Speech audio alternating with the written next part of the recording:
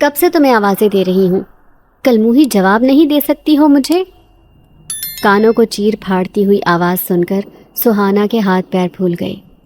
یہ جولائی کے اوائل دن تھے، سخت گرمی کا موسم تھا۔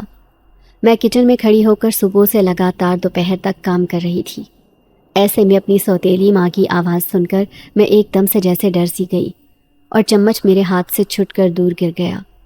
میں نے فوراً سے آگے بڑھ کر چمچ اٹھا لیا کہ کہیں اگر میری سوتیلی ماں آ کر دیکھ لے گی کہ میں نے چمچ گرا دیا ہے تو مجھے بہت پیٹے گی۔ اسی لیے جلدی سے چمچ چولہے کے پاس رکھا اور فوراً سے بجلی کی سی تیزی سے اپنی سوتیلی ماں کے کمرے میں گئی۔ وہاں کا منظر کچھ یوں تھا کہ میری سوتیلی ماں بالکل اے سی کے نیچے پلنگ پر لیٹی ہوئی محو آرام تھی، اور اس کی دونوں بیٹیاں جو کہ میری سوتیلی بہنیں تھیں موبائل پر گیم کھیل رہی تھیں، جبکہ میری حالت کسی ملازمہ سے کم نہ تھی۔ پسینے میں ڈوبے ہوئے بال، کندھے سے لے کر کمر تک دوپٹہ کس کے باندھ رکھا تھا، بالوں کو جوڑے میں باندھ رکھا تھا تاکہ کھانے میں نہ پڑے، اور کپڑے پسینے میں اس قدر ڈوبے ہوئے تھے کہ ان سے باقاعدہ پانی نچڑ رہا تھا۔ جیسے ہی اے سی والے کمرے میں داخل ہوئی تو ایک عجیب سی ٹھنڈک کا مجھے احساس ہوا، لیکن میں وہاں بیٹھ بھی نہیں سکتی تھی۔ جی، آپ نے مجھے بلایا؟ میں نے اپنا دوپٹہ کھولا اور اپنے چہرے پر آئے ہوئے پسینے کو صاف کیا۔ تو تمہارے کانوں میں آواز آ گئی جو تم یہاں آ گئی ہو؟ کب سے تمہیں آوازیں دے رہی ہوں، کر کیا رہی تھی؟ ضرور تم اپنے کمرے میں پلنگ توڑ رہی ہوگی، تبھی میری آواز تمہیں نہیں آئی۔ کیا کر رہی تھی، سچ سچ بتاؤ۔ حالانکہ سوتیلی ماں کے سامنے میری حالت عیاں تھی، جو چیخ چیخ کر یہ کہہ رہی تھی کہ میں کچن میں مصروف تھی، لیکن مجال ہو کہ انہیں نظر آئے، انہیں نظر ہی تو نہیں آتا تھا۔ تبھی آج میں اس قدر بدترین زندگی گزار رہی تھی اور چپ چاپ یہ سب کچھ سہنے پر مجبور تھی، کیونکہ میں بہت اکیلی تھی اور اللہ کے سوا میرا کوئی آسرا نہیں تھا، بس اسی کے آسرے پر ابھی تک جی رہی تھی، ورنہ جس طرح کی زندگی میں گزار رہی تھی کوئی موت کی ہی تمنا کر بیٹھتا۔ ایک لمحے کے لیے سکون نہیں تھا، لیکن پھر بھی میری سانسیں چل رہی تھی۔ میں خود اپنی زندگی پر حیران تھی۔ جی، میں تو کب سے کچن میں ہی ہوں اور سارا کام ہو گیا ہے، آپ ایک بار آ کر سارے سالن وغیرہ دیکھ لیں، اور جو کچھ آپ نے مجھے بنانے کے لیے دیا ہے میں نے سب کچھ بنا لیا ہے۔ میں نے ان کی بات کے جواب میں صرف اتنا ہی کہا تھا کہ میں ان سے مزید بحث نہیں کر سکتی تھی۔ میں بہت زیادہ تھک گئی تھی اور اپنے کمرے میں جانا چاہتی تھی۔ ہاں، بس جیسے تم نے تو کوئی پہاڑ توڑ لیا ہو، ویسے بھی میرے میکے والے آنے والے ہوتے ہیں تو تمہیں تو بخار ہی چڑھ جاتا ہے۔ خیر ہے، میں دیکھ لوں گی، تم جاؤ یہاں سے۔ انہوں نے گویا میری ذات پہ ہی احسان کیا تھا۔ میری احسان بند ہونے کے بجائے مجھے کس قدر حقارت سے مخاطب کر رہی تھی۔ یہ میرے لیے کوئی نئی بات نہیں تھی۔ میں فوراً سے پلٹ کر اپنے کمرے میں آ گئی اور جلدی سے شاور لینے لگی تاکہ فریش ہو جاؤں۔ ویسے بھی آج سوتیلی ماں کے میکے والے آنے والے تھے، تو مجھے تو اجازت نہیں ملنی تھی کہ میں اپنے کمرے سے باہر قدم بھی رکھوں۔ میرا کمرہ کیا تھا، بس ایک چار دیواری تھی، لوہے کا چھوٹا سا پلنگ تھا، ہوا کے لیے ایک چھوٹا سا پنکھا لگا ہوا تھا جو میری اپنی ذات کے لیے کافی تھا، اور ایک کھڑکی تھی جہاں سے میں سر ٹکا کر اللہ کے حضور اپنے دکھڑے رو لیتی تھی۔ یہی میری کل کائنات تھی۔ ابھی میں فریش ہو کر باہر نکلی ہی تھی کہ مجھے باہر بہت سی آوازیں آئیں، جس کا مطلب یہ تھا کہ سوتیلی ماں کے میکے والے پہنچ چکے تھے، ان کے بھائی، ان کی بہنیں، ان کی بھابیاں وغیرہ۔ اسی لیے میں نے اپنے کمرے کا دروازہ بند کر دیا، اور میں ایسا ہی کیا کرتی تھی۔ مجھے اجازت ہی نہیں تھی کہ میں کسی کے سامنے آؤں، کسی سے ہنسوں، کسی سے بات کروں۔ مجھے ویسے بھی ان کے میکے والوں سے کوئی دلچسپی نہ تھی، اس لیے میں نے اپنے آپ کو کمرے میں بند کر لیا تھا۔ تھوڑی ہی دیر گزری تھی کہ میرے دروازے کو کسی نے زور زور سے بجایا۔ میں حیران رہ گئی کہ ایسا کون ہو سکتا ہے، میری سوتیلی ماں تو اپنے گھر والوں کے ساتھ مصروف ہوگی۔ اسی سوچ کے ساتھ میں نے دروازہ کھولا تو سامنے موجود شخصیت کو دیکھ کر میں حیران رہ گئی۔ سوتیلی ماں میرے دروازے میں کھڑی خونخوار نظروں سے مجھے دیکھ رہی تھی۔ میں نے کچھ نہ کہا، بس سوالیہ انداز میں آئی برو اٹھا دیے، اور اس کے جواب میں انہوں نے جو کچھ کہا وہ میں زندگی بھر کے لیے نہیں بھول سکتی۔ انہوں نے مجھے بالوں سے پکڑ کر گھسیٹا اور تقریباً گھسیٹتے ہوئے کچن کے اندر لے گئی اور زور سے چولہے کے پاس لے جا کر پٹخ دیا۔ یہ سب کچھ اتنا اچانک ہوا تھا کہ میں سنبھل ہی نہیں سکی، اور میرا سر زور سے جا کر کچن کے سلیب پر لگا اور ایک بڑا سا گومڑ ہو گیا۔ میں درد سے بلبلا اٹھی۔ نمک حرام، کہا بھی تھا کہ ہر چیز بالکل صحیح بنانا، لیکن نہیں، تو نے مجھے شرمندہ کرنے کی کوئی کسر نہیں چھوڑی۔ اب چکھ اپنا یہ کھانا اور بتا کہ یہ تو نے کیا بنایا ہے، کیا یہ تیرے گلے سے اترتا ہے؟ ان کی بات سن کر مجھے یقین ہی نہیں آیا کہ میرے کھانے میں کوئی نقص ہو سکتا ہے۔ انہوں نے آج مجھے 5 ڈشیں بنانے کو کہا تھا، جس میں بریانی، قورمہ، کڑاہی، کھیر اور کسٹرڈ شامل تھے، اور میں نے ہر چیز صبح فجر کے بعد سے ہی کچن میں لگ کر بہت بہترین بنائی تھی۔ حالانکہ مجھے پتا بھی تھا کہ مجھے نصیب نہیں ہوگی، لیکن چونکہ میں دعوت کے لیے بنا رہی تھی اس لیے اس میں کوئی بھی کمی نہیں تھی۔ میں نے خود چکھ کر بھی دیکھ لیا تھا، اور ساتھ ساتھ میں نے اپنی سوتیلی ماں کو بھی تو کہا تھا کہ وہ چکھ کے دیکھ لیں کوئی کمی تو نہیں رہ گئی، اور مجھے 100% یقین تھا کہ اپنی ہڈ حرامی کے پیچھے اس نے پلنگ پر لیٹنے کو زیادہ اہمیت دی تھی اور کھانا چکھا تک نہیں تھا۔ لیکن مجھے پکا یقین تھا کہ میرے کھانے میں کوئی نقص نہیں ہوگا۔ سوتیلی ماں کو ابھی بھی سکون نہیں آیا۔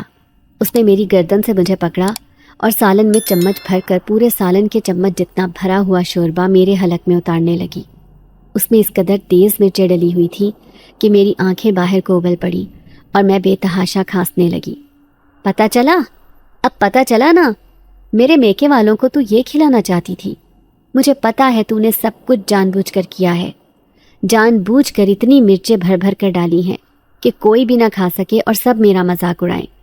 اور یہی ہوا ہے، سب لوگ میرے منہ پر ہنس کر گئے ہیں کہ آپا تم تو ہمیں کھانا بھی نہیں کھلا سکتی، اور اگر نہیں کھلانا تھا تو صرف چائے ہی پلا دیتی، لیکن اتنی بے عزتی تو نہ کرتی۔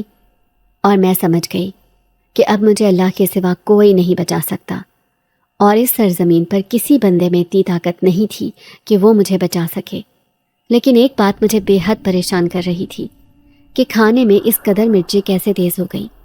میں نے خود اپنے حساب سے ہر چیز بالکل نارمل ڈالی تھی اور بہت لذیذ اور مزیدار کھانا بنایا تھا، لیکن غلطی کہاں ہوئی تھی میں خود سمجھ نہیں پا رہی تھی۔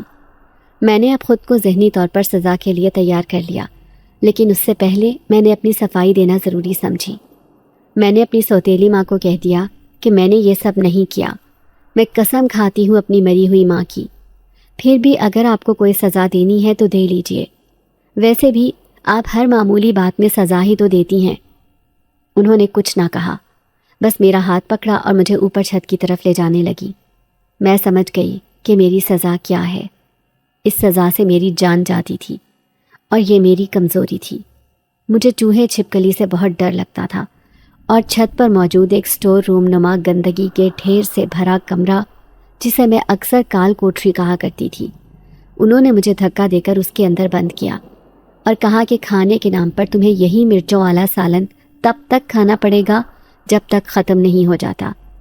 اور میرے ہوش ٹھکانے آ گئے، کیونکہ وہ سالن تو 20 لوگوں کے لیے میں نے بنایا تھا اور تقریباً 1.5 کلو کے قریب تھا۔ میں ایک اکیلی جان اسے کب تک چلا سکتی؟ یعنی میری زندگی کے بدترین دن پھر سے شروع ہو گئے تھے۔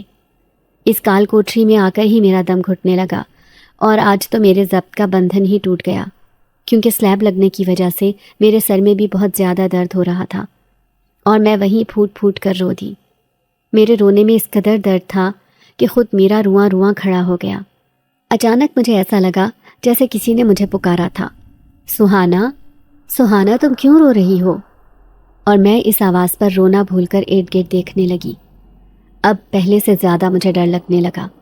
پہلے تو صرف چوہے اور چھپکلی کا ڈر تھا، لیکن اب یہ آواز سنی تو ایک دم سے اچھل ہی پڑی، کیونکہ میرے سوا تو اس کمرے میں کوئی بھی موجود نہیں تھا، تو پھر مجھے کون آوازیں دے رہا تھا؟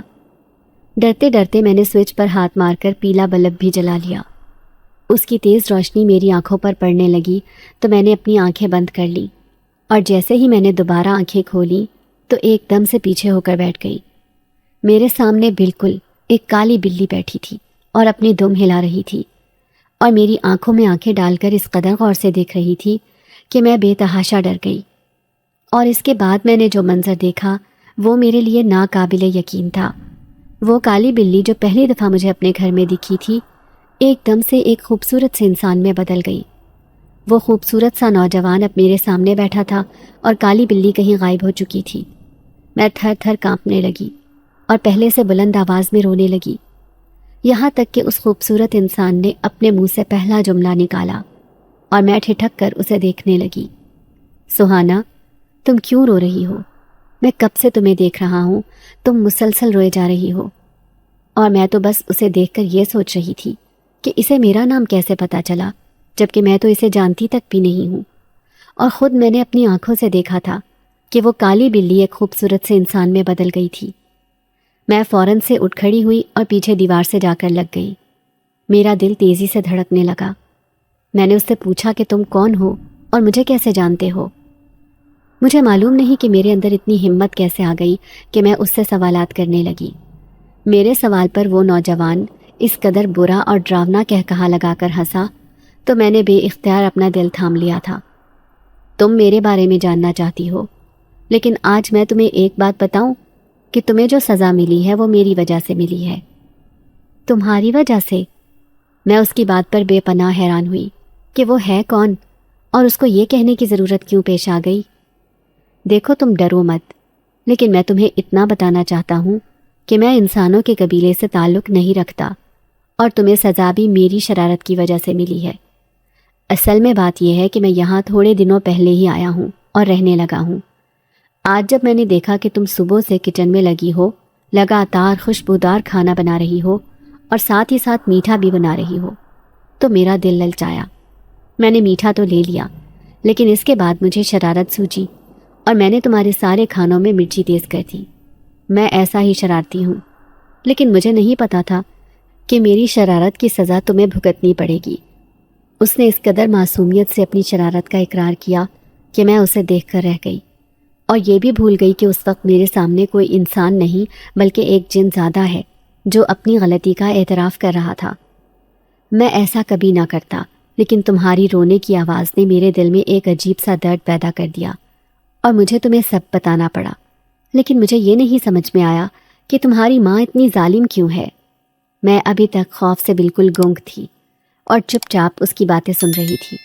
میرا دل ابھی بھی بے حد تیزی سے دھڑک رہا تھا، لیکن اس نے جب یہ آخری بات کہی تو میرا دل بھر آیا اور میں بے تحاشا دوبارہ رونے لگی، یہاں تک کہ میری ہچکیاں بند گئیں۔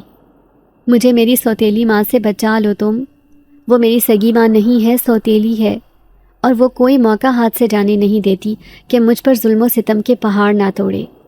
آج تمہاری ایک غلطی کی وجہ سے مجھے بہت بڑا خمیازہ بھگتنا پڑے گا، اور یہ تو ابھی صرف ابتدا ہے۔ یہ کہتے ہی میں دوبارہ وہاں زمین پر بیٹھ گئی اور اپنا منہ گھٹنوں میں چھپا لیا، کیونکہ مجھے اس سے خوف بھی آ رہا تھا اور اس کے ہمدردی کرنے پر میرے آنسو بھی بہہ رہے تھے۔ وہ تم پر اتنا ظلم کیوں کرتی ہے؟ میں نے اپنا سر گھٹنوں سے اٹھا کر اسے دیکھا تو اب وہ اپنی پہلی والی جگہ پر موجود نہیں تھا۔ میں نے آواز کی سمت میں سر گھما کر دیکھا تو ایک بار پھر سے میں اچھل پڑی، اور خوف سے میری آنکھیں ابل پڑی کہ اب وہ ایک مرغی کی شکل میں موجود بالکل میرے پاؤں کے برابر میں گھوم رہا تھا۔ میں بے اختیار چیخ مار کر اٹھ بیٹھی، لیکن اٹھنے کا کوئی فائدہ بھی نہیں تھا کیونکہ میں باہر نہیں نکل سکتی تھی، میرا دروازہ بند تھا۔ مجھے تم سے بہت ڈر لگ رہا ہے، تم جو کوئی بھی ہو مجھے تنگ نہ کرو، میں اپنی زندگی سے ویسے ہی بہت زیادہ پریشان ہوں۔ میری زندگی ہے، میں خود اس میں سے نکل آؤں گی، تم چلے جاؤ یہاں سے، ورنہ مجھے لگتا ہے کہ میرا دل خوف سے پھٹ جائے گا۔ یہ سنتے ہی وہ اپنی اصل شکل میں واپس آ گیا، جو کہ ایک خوبصورت انسان کی شکل تھی، اور اس نے مجھ سے کہا، کیا تم مجھے اپنی کہانی سنا سکتی ہو؟ اور میں تو عرصے سے کسی ایسے ہی سامع کے انتظار میں تھی جو میری کہانی سنے، مجھ سے ہمدردی کرے اور میری مدد کرے۔ اس کے واپس اپنے اصلی روپ میں آتے ہی میں دوبارہ اپنے اسٹور روم کی زمین پر بیٹھ گئی، جہاں سے ابھی ایک موٹا تازہ چوہا دوڑ کر گیا تھا، لیکن اب مجھے ان چیزوں کی عادت ہو گئی تھی۔ خوف ابھی بھی موجود تھا۔ میری ماں کو 12 سال ہو گئے ہیں اس دنیا سے رخصت ہوتے ہوئے۔ اس وقت میں 6 سال کی تھی۔ ابو نے دوسری شادی کر لی اور شادی کے 2 سال بعد ہی بیرون ملک کے لیے روانہ ہو گئے۔ ان 2 سالوں میں میری ماں یعنی سوتیلی ماں میرے لیے بہت اچھی ثابت ہوئی اور ابو کے سامنے میرا بہت خیال رکھتی، لیکن ان کے جاتے ہی جیسے اس نے مجھ سے زمانے بھر کی دشمنی مول لی، اور خود جب اس کی گود بھری تو اس نے مجھے اپنی ملازمہ ہی سمجھ لیا۔ آج تک میں اس کی نفرت کا شکار ہوتی آ رہی ہوں۔ گھر میں کوئی معمولی سی چیز ٹوٹ بھی جاتی ہے تو سہانا کی شامت آ جاتی ہے، اور آج بھی ایسا ہی ہوا ہے، جبکہ آج تو میں نے ہر چیز کا بہت خیال رکھا تھا، لیکن تمہاری شرارت کی وجہ سے آج مجھے ساری رات اور نہ جانے کتنی اور راتیں یہاں گزارنی ہوں گی۔ میں پھر سے زاروں قطار رو پڑی کہ اب مجھ سے کچھ بھی برداشت نہیں ہوتا تھا۔ او تو یہ بات ہے۔ میں نے دوبارہ گردن موڑ کر دیکھا تو اب وہ چھت پر اڑنے کی کوشش کر رہا تھا۔ میں نے خوف سے آنکھیں بند کر لی۔ اچھا تو یہ بات ہے، ٹھیک ہے پھر کل تم اپنی آزادی کا دن منانا، دیکھنا کیسے تمہاری سوتیلی ماں الٹے پاؤں تمہارے پاس تمہیں کھولنے آتی ہے اور معافی مانگتی ہے۔ یہ کہہ کر ایک دم سے پورے کمرے میں دھواں چھا گیا اور وہ کہیں بھی موجود نہیں تھا۔ میرا دل زور زور سے دھڑک رہا تھا۔ یہ میرے ساتھ کیا ہو رہا تھا اور یہ جن زیادہ میرے پیچھے کیوں لگ گیا تھا؟ میں بس سوچ کر رہ گئی، لیکن سچ تو یہ تھا کہ اب میں پہلے سے زیادہ خوفزدہ تھی اور بار بار آہٹ پر ڈر کر یوں بیٹھ جاتی جیسے کوئی موذی جانور آ گیا ہو اور میری زندگی خطرے میں ہو۔ لیکن اصل میں تو مجھے اس جنزادے کی وجہ سے ڈر لگ رہا تھا۔ اگلی صبح بالکل ایک عجیب ہی قصہ ہوا یوں کہ میری سوتیلی ماں نے شاید سب سے پہلے اٹھ کر مجھے کھولنے کا کام کیا تھا۔ اسٹور روم کا تالا کھولتے ہی اس نے کہا کہ جاؤ تم اپنے کمرے میں آرام کرو اور مجھے معاف کر دینا۔ یہ کہہ کر وہ رکی نہیں تھی بلکہ خوف زدہ اور ہراساں نظروں سے ارد گرد دیکھ رہی تھی اور پھر تیزی سے اتر کر اپنے کمرے میں گم ہو گئی۔ میں حیران پریشان تھی کہ یہ کایا پلٹ کیسے ہوئی۔ کل تک تو وہ مجھے کہہ رہی تھی کہ جب تک وہ مرچی میں ڈوبا سالن ختم نہیں ہوگا تب تک تم اسٹور روم میں رہو گی، اور آج اچانک صبح ایسا کیا ہوا تھا کہ اس نے مجھے آزادی کا پروانہ تھما دیا تھا؟ میں رو رو کر بہت تھک چکی تھی اور رات کو صحیح سے نیند بھی نہیں آئی تھی، اس لیے آہستہ آہستہ سے سیڑھیاں اترتی ہوئی اپنے کمرے کی طرف جانے لگی کہ مجھے ایسا لگا کہ میرے آگے کوئی چل رہا ہے اور اس کے قدموں کی آواز مجھے سنائی دے رہی ہے، لیکن وہاں کوئی بھی موجود نہیں تھا۔ میں جو انتہائی کمزوری سے اور آرام سے چل رہی تھی، فوراً سے اپنے اندر پھرتی بھری اور ایک دم سے اپنے کمرے میں جا کر دروازہ اندر سے بند کر لیا، اور جیسے ہی مڑ کر پیچھے دیکھا تو اچھل ہی پڑی کہ وہ جنزادہ میرے سامنے موجود تھا، مجھے دیکھ کر مسکرا رہا تھا۔ دیکھا، کہا تھا نا کہ کل صبح تم آزاد ہوگی، اور دیکھو آج تم اپنے کمرے میں بھی آ گئی ہو۔ اس کی آواز بے حد بھاری ہو رہی تھی، جبکہ کل تو اس کی آواز بالکل ایک نارمل انسان کی سی آواز تھی۔ تم نے کیا کیا ہے؟ میں نے ڈرتے ڈرتے اس سے پوچھا۔ کچھ نہیں کیا، بس رات کو ان کا پلنگ ہوا میں اچھالا اور زور زور سے گھما ڈالا، اور ان سے اتنا کہا کہ اگر کل تک تم سہانا کو اسٹور روم سے آزاد نہیں کرو گی تو پھر مجھ سے برا کوئی نہیں ہوگا۔ اور آج دیکھو، میری بس چند جملوں پر مشتمل دھمکی نے تمہیں آزاد کروا دیا۔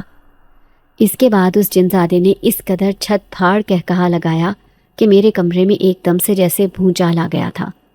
میں نے ایک زوردار چیخ ماری اور جا کر اپنے کمرے کی کھڑکی کی گرل کو زور سے پکڑ لیا، مبادا میں الٹے منہ نہ گر جاؤں اور کوئی نئی مصیبت میرے لیے کھڑی نہ ہو جائے۔ خدا کے لیے اپنی ہنسی بند کرو، میری جان پر بنی ہوئی ہے۔ میں نے ٹوٹے پوٹے الفاظوں میں اس سے درخواست کی تو ایک دم سے جیسے بھونچال رک گیا اور دھواں دھواں چھا گیا، جو اس بات کی نشانی تھی کہ وہ کمرے سے چلا گیا ہے۔ میں نے سکون کا سانس لیا اور سونے کے لیے لیٹ گئی۔ آنکھ اس وقت کھلی جب دروازہ زور زور سے بجایا گیا۔ میں باہر آئی تو میری سوتیلی ماں موجود تھی۔ اس نے مجھے کہا کہ آج تم بالکل بھی کمرے سے باہر مت آنا، کیونکہ شمائلہ کے رشتے والے آ رہے ہیں اور میں نہیں چاہتی کہ وہ لوگ تمہیں دیکھیں۔ میں نے حامی بھر لی اور میں دوبارہ اپنے کمرے میں آ گئی۔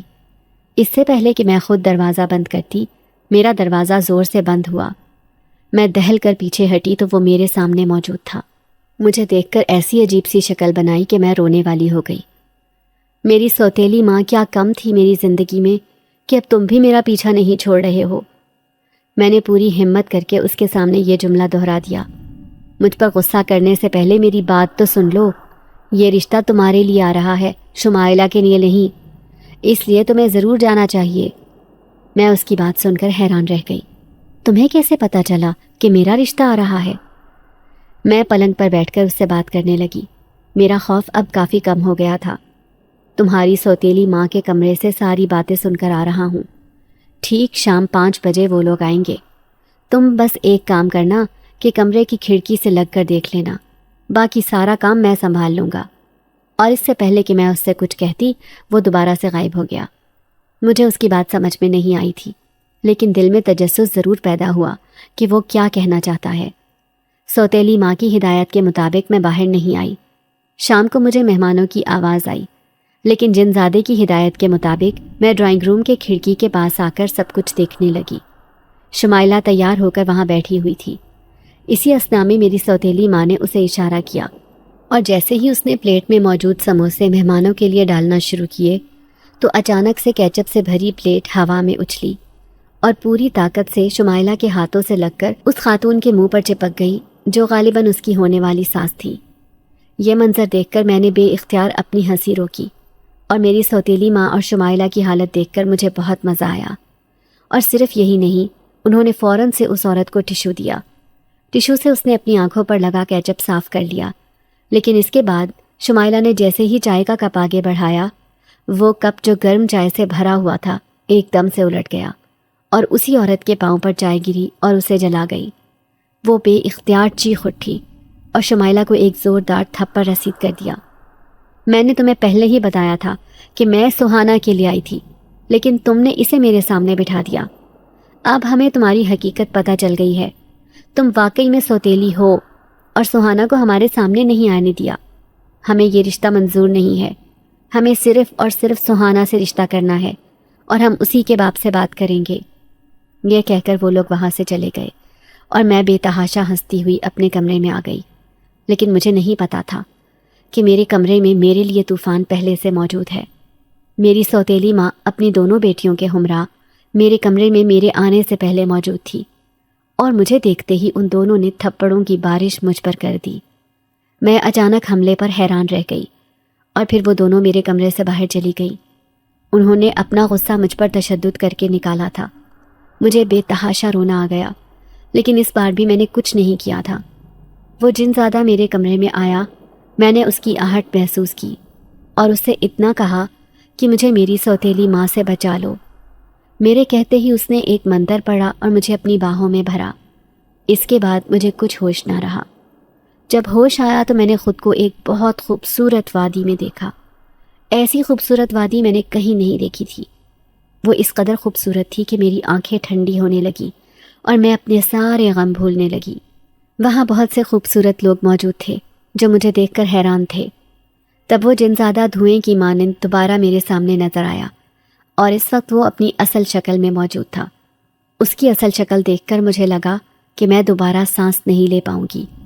وہ اس قدر بھیانک شکل کا جن تھا کہ میرے لیے سانس لینا دشوار ہو گیا اور میں چیخنے لگی، یہاں تک کہ کسی نے میرے منہ پر ہاتھ رکھ دیا اور میں ایک دم سے جیسے ہوش میں آ گئی۔ وہاں میرے سامنے وہی جنزادہ اب انسان کی شکل میں موجود تھا۔ وہ جو تھوڑی دیر پہلے یہاں تھا، وہ کون تھا؟ اسے دیکھ کر تو میں ڈر ہی گئی۔ میں نے اسے دیکھتے ہی فوراً سے اس سے پوچھا۔ میری بات سن کر اس نے میری آنکھوں میں دیکھا اور کہا کہ وہ کوئی اور نہیں بلکہ میں تھا، اور ہم سب کی اصل شکل ایسی ہی ہے۔ چونکہ تم لوگ ہماری ایسی شکل دیکھ کر ڈرتے ہو، اسی لیے ہم الگ الگ شکل اختیار کر لیتے ہیں۔ اللہ نے ہمیں یہ صلاحیت بھی دی ہے۔ اس کی بات سن کر مجھے یقین نہیں آیا کہ جو شخص تھوڑی دیر پہلے میں نے دیکھا تھا وہ اس کی اصل شکل تھی۔ اب میں نے اس کی طرف دیکھے بغیر ہی اسے کہا کہ وہ مجھے اپنی دنیا میں واپس چھوڑ آئے، میں یہاں نہیں آنا چاہتی تھی۔ وہ سمجھ گیا کہ میں اس سے ڈر رہی ہوں، حالانکہ اس نے میری 2 بار مدد کی تھی اور میری سوتیلی ماں کو صحیح سبق سکھایا تھا، لیکن دونوں بار مجھے خمیازہ بھگتنا پڑا تھا۔ تم بہت زیادہ اداس تھی، اس لیے میں نے سوچا کہ میں تمہیں یہاں لے آتا ہوں تو تمہاری اداسی دور ہو جائے گی۔ کیا تمہیں یہاں مزہ نہیں آیا؟ مجھے ایسا لگا جیسے اس کی آواز میں بے تحاشا اداسی تھی۔ مجھے یہاں آ کر اچھا تو لگا ہے، لیکن تم اچھی طرح جانتے ہو کہ یہ میرا گھر نہیں ہے۔ مجھے اپنے گھر ایک نہ ایک دن تو واپس جانا ہی ہے، اور ویسے بھی ہم دونوں کی دنیا میں بہت زیادہ فرق ہے۔ نہ میں زیادہ دیر تمہاری دنیا میں رہ سکتی ہوں، نہ تم میری دنیا میں رہ سکتے ہو۔ تو بہتر یہ نہیں ہے کہ میں اپنی دنیا میں ہی خوش رہ سکوں؟ بس اتنا ہی میں چاہتی ہوں، میں یہاں نہیں آنا چاہتی۔ میں نہ جانے اپنی دھن میں کیا کیا بول رہی تھی۔ تم فکر نہ کرو، سوتیلی ماں کو سدھارنا میرا کام ہے، سمجھو یہ میرا مشن ہے۔ بس تم مجھ سے ڈرنا چھوڑ دو۔ جس دن تم مجھ سے ڈرنا چھوڑ دو گی تو تمہارا کام اور زیادہ آسان ہو جائے گا۔ اس نے مسکرا کر میری طرف دیکھا اور میں اسے دیکھ کر حیران رہ گئی۔ وہ ہر بار مجھے حیران ہی کرتا تھا۔ اس بار وہ ایک مدھو مکھی کی شکل میں اڑ کر میرے ارد گرد بھنورے کی مانند منڈلا رہا تھا۔ میں ڈرنا چھوڑ دوں گی، لیکن تم بھی تو اپنی حرکتوں سے باز آ جاؤ۔ اب ہمارے درمیان کافی بے تکلفی آ گئی تھی اور کافی حد تک میں اس سے ڈرنا کم کر چکی تھی۔ اس کی دنیا میں تو میں اسے اس لیے ڈر گئی تھی کیونکہ وہ اپنی اصل شکل میں آیا تھا، اور اس کی اصل شکل اس قدر بھیانک اور خوفناک تھی کہ اچھے خاصے انسان کا سانس نکل جائے۔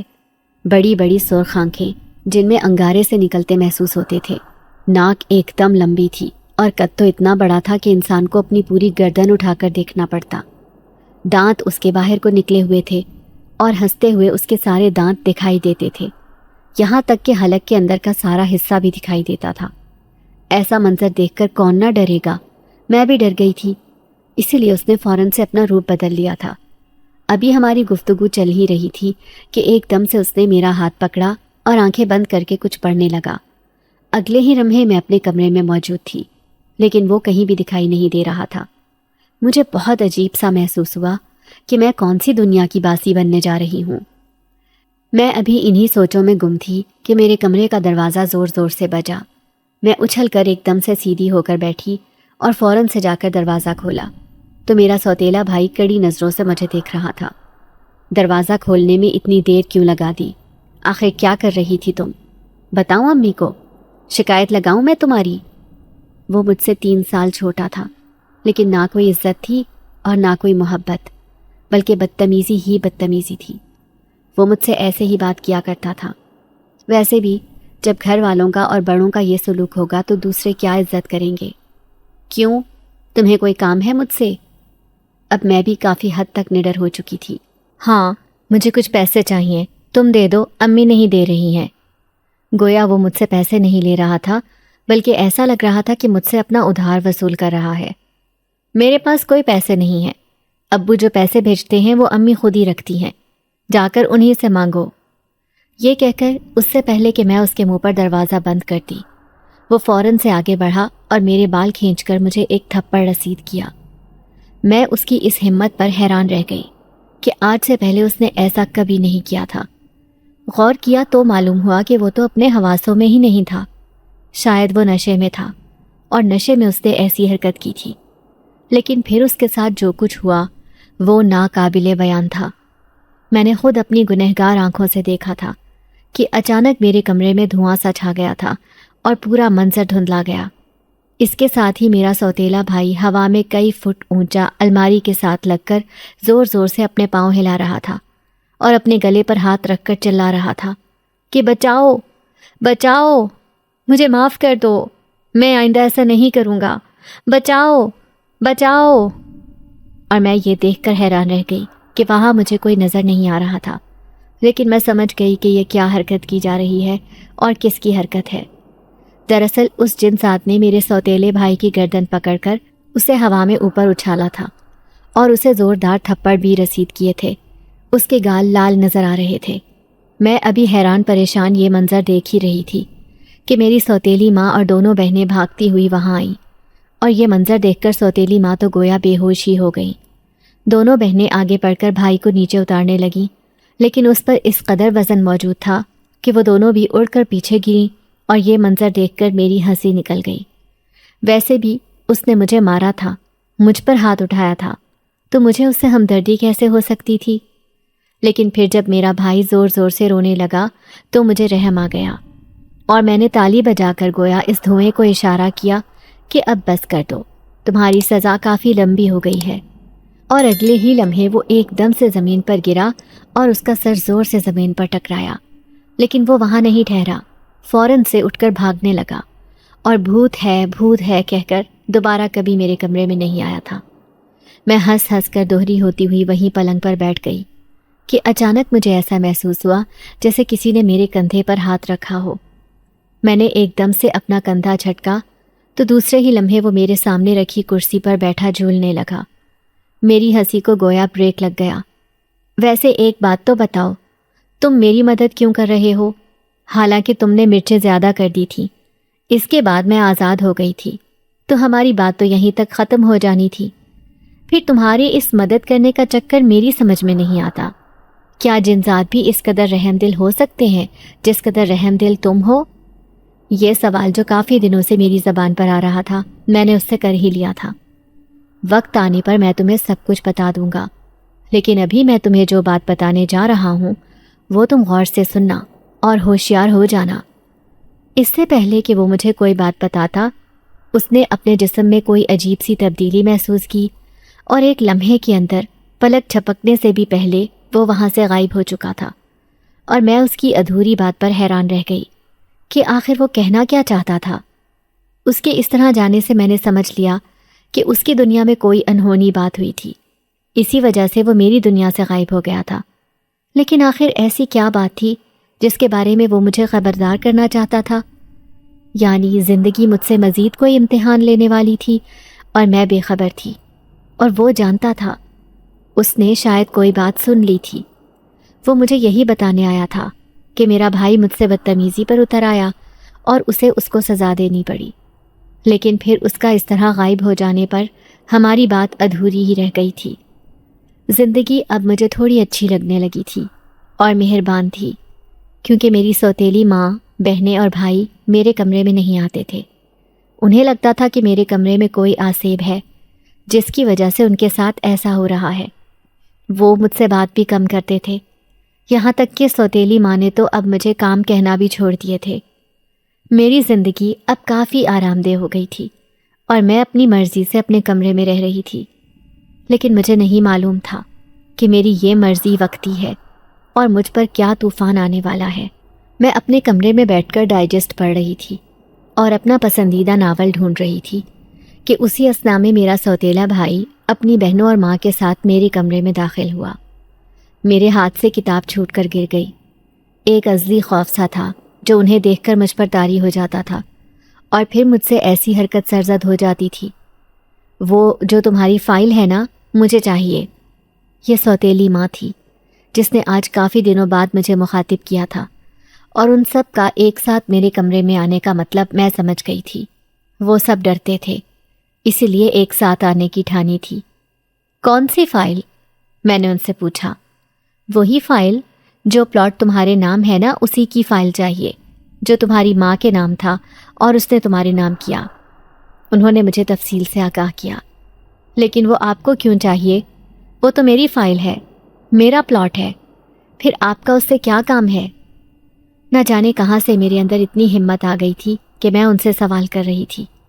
بدتمیز، بے غیرت، اتنی تیری ہمت ہو گئی ہے کہ اب تو مجھ سے سوال کرنے لگ گئی۔ سوتیلی ماں حسب معمول اپنی پرانی جون میں واپس لوٹ آئی۔ اس نے آگے بڑھ کر میرے بال اپنی مٹھی میں جکڑ لیے کہ میرے ہونٹوں سے سسکی نکل کر رہ گئی۔ بتاؤ، ورنہ بھی تیرا کام یہیں تمام کر دیتی ہوں۔ تو اپنے آپ کو سمجھنے کیا لگ گئی ہے؟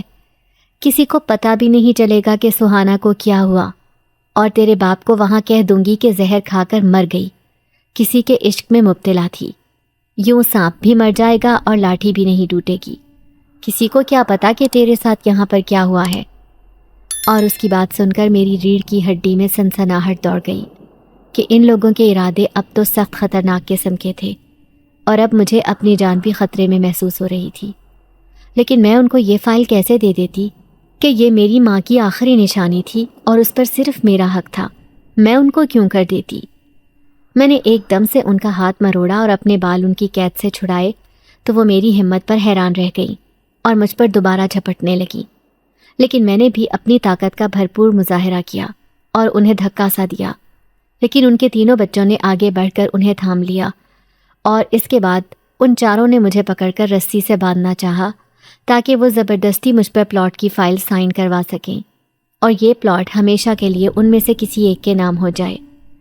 نہ جانے کیوں، لیکن میں نے اللہ کو پکارا تھا اور اس سے کہا تھا کہ وہ میری مدد کرے۔ آج واقعی میں میری جان خطرے میں تھی، اور یہ لوگ اس حد تک گر چکے تھے کہ کسی بھی وقت کوئی بھی گھٹیا حرکت کر سکتے تھے۔ ابھی تو میں نے جینا سیکھا تھا، مسکرانا سیکھا تھا، ابھی دن ہی کتنے ہوئے تھے۔ میں نے بے اختیار دل ہی دل میں جنزادے کو یاد کیا کہ ابھی اگر وہ یہاں ہوتا تو میرے ساتھ یہ سلوک نہ ہو رہا ہوتا۔ وہ جیسا بھی تھا، جو بھی تھا، میرا دوست بن گیا تھا، اور میں اس سے بات چیت کیا کرتی تھی۔ وہ تقریباً ہر معاملے میں میری مدد کرتا، لیکن آج نہ جانے وہ کہاں رہ گیا تھا۔ انہوں نے میری الماری کھولی اور ساری چیزیں نیچے گرانے لگے۔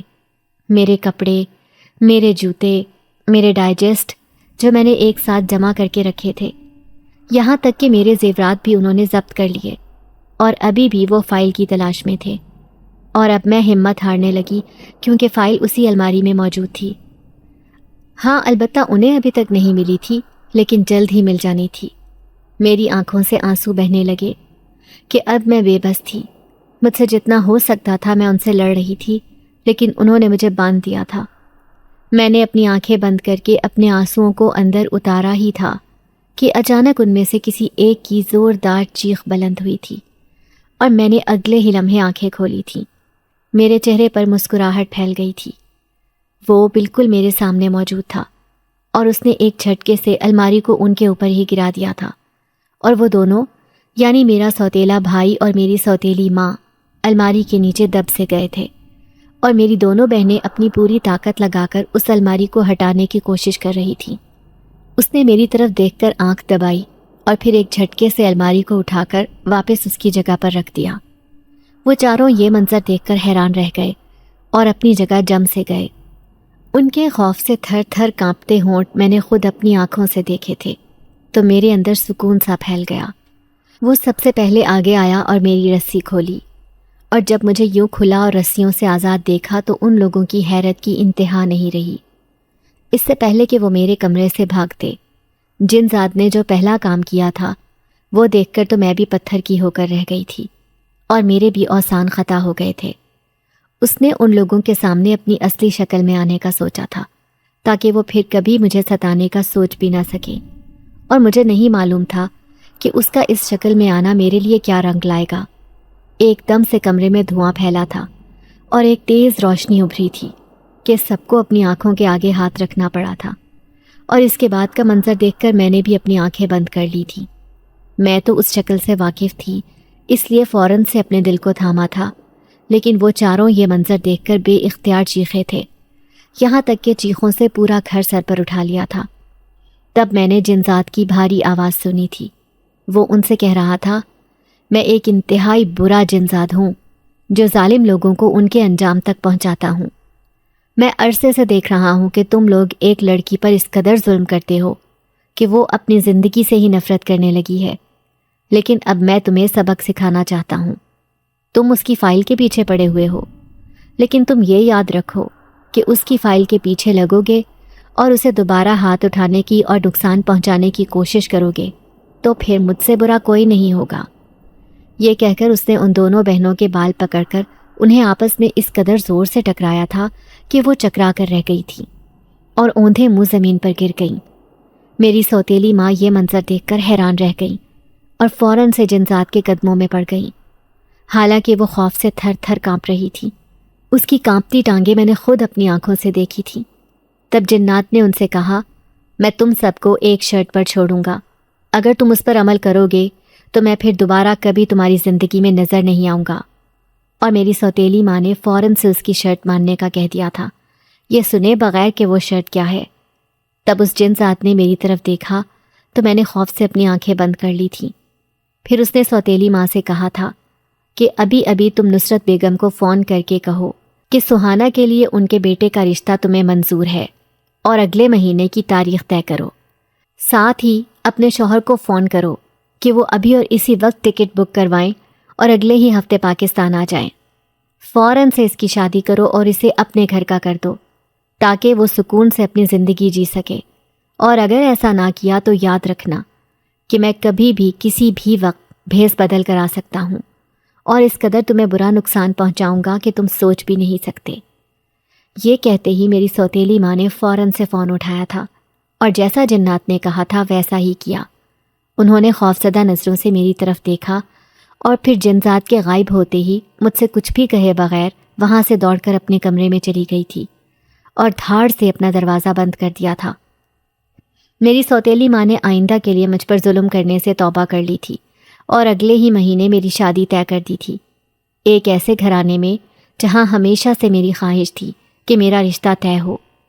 اس کے علاوہ ابو نے بھی فوراً آنے کی حامی بھر لی تھی، یعنی میری زندگی کے برے دن ختم ہو گئے تھے، اور ان برے دنوں کو ختم کرنے میں میری دعاؤں کے ساتھ ساتھ جن ذات کا بھی ہاتھ تھا جس نے میری بے تحاشا مدد کی تھی، لیکن وہ ابھی مجھے کہیں بھی نظر نہیں آ رہا تھا۔ کمرہ بے حد بکھرا ہوا تھا اور میں یہ سوچ رہی تھی کہ میں اسے کیسے صاف کروں گی۔